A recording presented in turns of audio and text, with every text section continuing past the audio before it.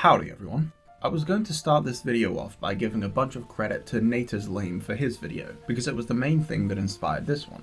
But he unlisted his video because he doesn't stand by the core message of it. And I started watching it again, and I kind of agree with his analysis, so that was fun. But at least that's given me an introduction for this video, so anyway, let's get into it. So I'm a fan of music. I have my own personal tastes and tendencies, but I can appreciate a wide variety of songs from a wide variety of artists.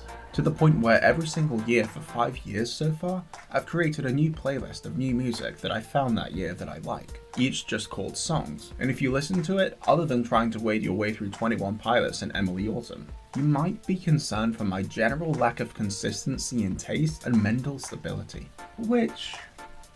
But even if I don't personally like a song, I can often enough still appreciate it for its artistical merit, its general meaning, and how its sound can appeal to the people that listen to it, and I can still consider it an okay or good song.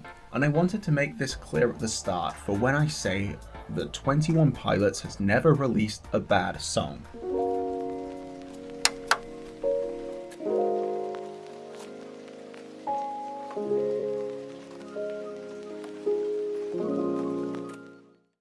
And you might say, but the criteria you just laid out makes it almost impossible for me to label any song that's professionally made and has auto-tune and that people like, and let's be clear, it's typically women and teenage girls, but that's just a coincidence I'm sure, as bad. And to an extent, maybe I agree, but that's because, like all other forms of art, music usually has to be good for people to like it. And I'm sorry that means you can't feel superior to other people for not liking any music that's ever featured on a Billboard article. But you had to have that bubble burst someday. But I only agree to an extent. I do think some popular songs are bad. No, but Taylor Swift has like 3 or 4 songs that I would consider to be categorically bad, and a few mediocre songs that I'd say aren't bad, but definitely aren't good. But at the same time, most of her songs are good songs. But this video isn't about Taylor Swift. This video is about 21 Pilots. So let's jump into it. So before 21 Pilots formed, Tyler Joseph was a sad kid who liked making music. He released an album called No Fun Intended when he was 17. It covered a bunch of topics mostly relating to sadness, but also themes of religion and identity are in there too. I don't want to go into too much detail, but highlights of this album include Blasphemy, Drown, Trees, and I'm a Goner, since these songs have verses referenced in future songs by the band. There are also a bunch of good songs on this album, including the ones mentioned, but also Hole in the Ground, Just Like Yesterday, and Taken by Sleep in particular. And to be clear, to prove that I'm not biased, there are a few songs that I think are bad on this album. Stans, please don't murder me for this. But this is about 21 Pilots and all their music, not any member's previous projects. I'm standing by that technicality and you can't take that away from me. Also, here's a short clip of me performing Blasphemy live when I was like 17 because it's a really good song. Taking time in a simple place in my bed with my head rests on a pillowcase and a set that it was left, but I forget that I let another day go by. I wanna be brave, but it seems that these days I'm caught in the water and I'm falling farther. My heart's getting harder, I'm calling my father and I scream into an empty sky. Empty sky, no way, that's me, cause one half of my heart is free. Empty sky, no way, that's me, cause the other half of my heart's asleep. So 21 Pilots formed in 2008. With 3 basement-dwelling music dweebs, including but not limited to Tyler Joseph, who have nothing better to do than being sad. They release an album at the end of 2009 called 21 Pilots. Self-titled albums are confusing, especially when they're relevant to the conversation. And every single song on this album, with the exception of maybe Pantaloon, transcends musical quality. Every single song in this whole album has featured on one of my songs playlists, which means objectively that every single one is good, and if you disagree, you're wrong. The album discusses religion, coming of age, sadness and depression, and explores these themes effectively while also being amazingly performed and articulated. I love it so much, in fact, that I'll give a little summary of every single song on the album. I'll include a timestamp for those who don't want to hear me talking about 21 Pilots the band, and a link in the description for those who do. The album starts off with Implicit Demand for Proof. For the first half, the song has a nice itty-bitty piano ditty before getting into the nitty-gritty. It builds up and gets pretty critical of God's methods in a witty and not shitty way.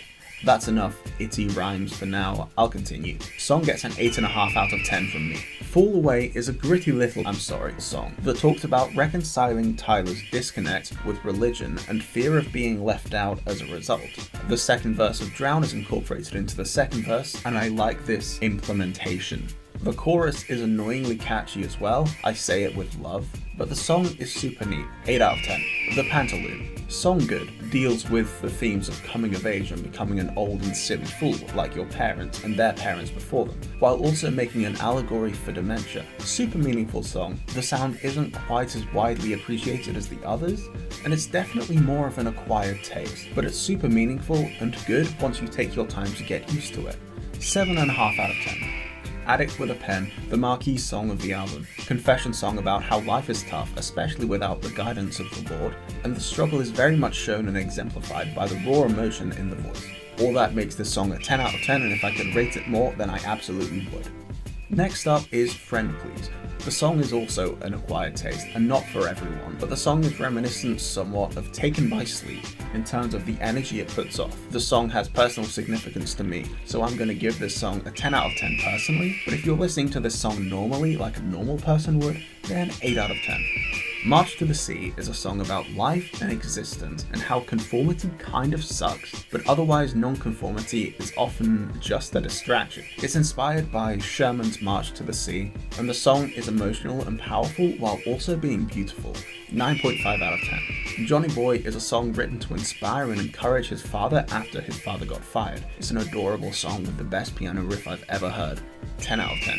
Oh Miss Believer is a Christmas style song, and it's a good song that's extremely enjoyable. Title is a pun of the word misbeliever and references his own insecurities. Just a top quality Christmas style song, 8 out of 10. Aircatcher is a good song. Aircatcher, which just means a parachute, is a symbol for a guy falling too fast into broadly temptation and love. Underappreciated gem from this album, 9 out of 10.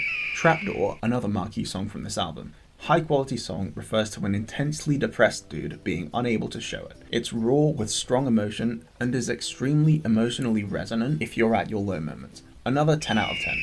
A Car, a Torch, a Death makes reference to Tyler being willing to die, but once the Lord showed him what his path in this world was, he understands as a result what the Lord died for. Wholesome message, has a bit of personal significance to me, as this whole album does. 9 out of 10. Taxi Cab is a good song, Tyler's favourite from this album, with an extremely subjective meaning to everyone, but the last verse is written incredibly well and is honestly truly amazing, with a simple chord progression and religious metaphors written very smugly into it. Great song, 9.5 out of 10. Before You Start Your Day is unquestionably a 10 out of 10. The most beautiful song of all time, no question about it. The soft piano and the vocal accompaniment, I've listened to this song at least 100 times. It's great to sleep to, it's great if you're feeling low, it's great to casual listeners, impossible to overrate. And I Love Flightless Birds, universally the best song on this album by far, there is no question about it. Powerful entrance reminds me of a Philiac with the harpsichord intro, and then the vocals are introduced and the song gets even better. Perfect album finisher, an easy 10 out of 10 rating.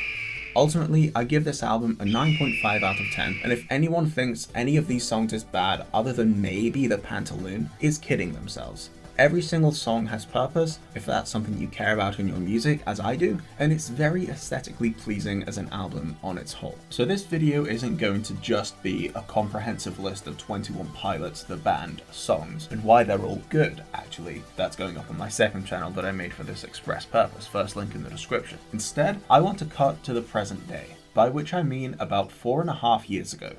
The year is 2015, and 5.5 years ago? Time is meaningless, anyway. The year is 2015, and Blurryface is heard for the very first time, and it stayed very down low and didn't reach much mainstream success. And due to this lack of mainstream success, the fanbase was able to enjoy its music and not have to gatekeep the newcomers out of the community. Okay, that's not the case. Stressed Out reached billions of views on YouTube, and everyone heard the song and mostly liked it, and thereby found themselves interested in 21 Pilots, the band. The same happened to Ride and Heathens. They became almost a household name, and they blew the heck up. And I'm going to go against the grain of the fanbase here and say that I think Blurryface completely warranted its massive public acclaim. All of their albums are pretty good, of course, and Blurryface as a whole isn't my favourite by a long shot, but Blurryface is the one that has the most bangers that are for everyone. apart from the aforementioned songs, and Heathens isn't on Blurryface, but it's also a banger. Tear in My Heart, Heavy Dirty Soul, The Judge, We Don't Believe What's on TV, and even fairly local to some extent, the songs that almost everyone can bop and vibe to. However, this album defined an era in the band's timeline, as it tends to do if exposure to a larger audience happens after a while in the band's history. The quote-unquote blurryface era became common parlance within communities, almost like a turning point, where the only true fans were the ones who got into the band before it, and everyone else was a fake fan. If your favourite song was from Blurryface, you'd better have a darn good reason, otherwise you're not part of the clique. And I got into the band not long after Blurryface came out, so you can imagine the toxic engagement I had with other fans. And to an extent, I internalized it. I never was quite so Puritan, but I definitely thought that if your only experience of 21 Pilots the band was Blurryface, then you weren't much of a fan. And if you thought that the band could do any wrong or were in any way critical of the band, then you were just a hater and excised from the community. I even had a little test I'd take a mental note of called the Kitchen Sink test, which was basically a question of, if you didn't know and like the song Kitchen Sink, then you didn't really qualify as a true fan of the band. I'll say it, this band invented stan culture, or at least they popularized it to the point where I heard about it. BTS, take notes. Quick disclaimer, I want to address two questions you might have. Firstly, are you implying that two white Western people invented something that broadly an Asian demographic are generally credited for? Yes, I am. I'll even go so far as to say that stan culture is the opposite of maths and science, and no, I will not elaborate. And two, you claim the fandom is toxic for excising anyone who thought the band could do no wrong, yet didn't you just do exactly that in the beginning? To which I say, sure, you got me. At the beginning, I was joking. I was making a joke. You're allowed to not like any or all songs from 21 Pilots, both the band and the album, and that's a perfectly reasonable position to come to. I will just treat your opinion as lesser as a result. Anyway, I'm not usually one to use anecdotal evidence to prove my beliefs, but for 21 Pilots, I'm willing to bend my values a little bit. And the fanbase was so toxic to the point where it got a bad reputation. And this carried on for over 2 years, until mid to late 2018. Trench releases on August 8th, one day before my birthday. Hey, neat. And it's a truly good album. Like, really good. It's the second best album the band has released to date, behind 21 Pilots the album. Every song in this album is good and worth a listen, but I'll highlight the top 5 here, in ascending order. Neon Gravestones, Jumpsuit, Chlorine, The Hype, and the number one song in this album, the one that almost single-handedly saved 21 Pilots' reputation, Leave the City. Now, this song is one that has a bunch of symbolism in it. It refers to Dima, the imaginary world, the institute, who was arguably responsible for the hiatus the band took after Blurryface released. And it's about the best song the group has released, regardless of critical acclaim, even above I Love Flightless Birds, even above Before You Start Your Day, even above Doubt, which is the most categorically meh song in this band's entire discography. While other songs in this album are great because they have higher energy replay value, good for radio, Chlorine, Jumpsuit, My Blood come to mind. This is worthy of being up there because it's got sincerity within its storytelling, underneath the symbolism of mental health that it unravels with its explanation of what Dima means. It has a bunch of simultaneously constrained and raw emotions that make it almost cathartic to listen to, even on my 100th listen through. And I could talk about why I feel this song is amazing artistically for a lot longer than I have, so be grateful for that. But I want to talk about what this song did to the fandom as a whole. So I want to go over the last few lines of the song. Last year, I needed a change of pace. Couldn't take the pace of change. Moving hastily. This year, though I'm far from home, in trench, I'm not alone. These faces facing me. They know what I mean. And the rest of the video isn't just going to be me interpreting art, because that's going to be the video that goes up on the second channel, again, first link in the description. But in my mind, and in the story I'm telling with this video, the pace of change he couldn't take is in relation to broadly what happened in the follow-up of Blurryface. Because 21 Pilots, the band, took their hiatus a while after Blurryface came out. And whatever that actually entailed, I do feel like in some ways, he meant the toxicity of the community the band had accumulated over the blurryface era. Because at the time I was getting into the band, 20% of the complaints about the band were about how their music is, quote unquote, trying so hard to be a bit of everything, which is just layman's terms for 21 Pilots the band is the prime example of a Gesamtkunstwerk. And the remaining 80% of complaints about the band were about how their fanbase were aggressive and gatekeeping and, yeah, I'll say it, cliquey. Now, obviously, that's not the only aspect Tyler was writing about. I'm not one to speculate upon what the artist definitely meant. I'm just spewing thoughts that I have about the song. And the line is also a representation of broadly mental health related problems, and I don't know what in particular he means. But either way, the fandom listened to this album in particular, and arguably this song, and thought, no, we're not alone. The people in this fandom, we all know what you mean, and we're not alone in trench, regardless of how long we've been in this fandom. Almost everyone just took up individually and thought everyone in the clique, regardless of whether we got into the band 10 years or 10 minutes ago, are all one and the same, going through similar things, and we're all better than this. Obviously, there's more than one song in Trench that came out at the same time. Leave the City isn't the only thing causing this toxicity to stop. Fans are growing older, new fans are getting into the music with a band that's established on the radio and meeting the public eye consistently, as opposed to an indie band they were shown by their friends in a small bedroom, like a secret they were let in on. We're also coming out of the zeitgeist of emo music, as their music melds slowly into the supergenre, and there isn't really a counterculture anymore, just different subcategories of music. But in this video, I'm storytelling. I'm writing this script to try and explain the band that I like and how this song is really good, but I'm also trying to make it digestible and entertaining to watch. Because of that, there will be some embellishment, some details I'm leaving out, and some details that I'm wording in a very warped way so that it fits the narrative I'm pushing. This song isn't the only reason the band's toxic fanbase has been mitigated, and there are still some number of toxic stans who gatekeep people out of the community, or at least try their best to do so. But the way anyone interprets anything is through a story that sounds cogent to them, and this is just me telling mine, so sue me, I guess.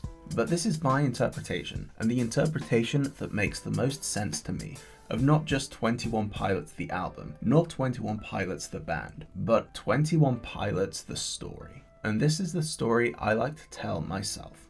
Thanks for watching.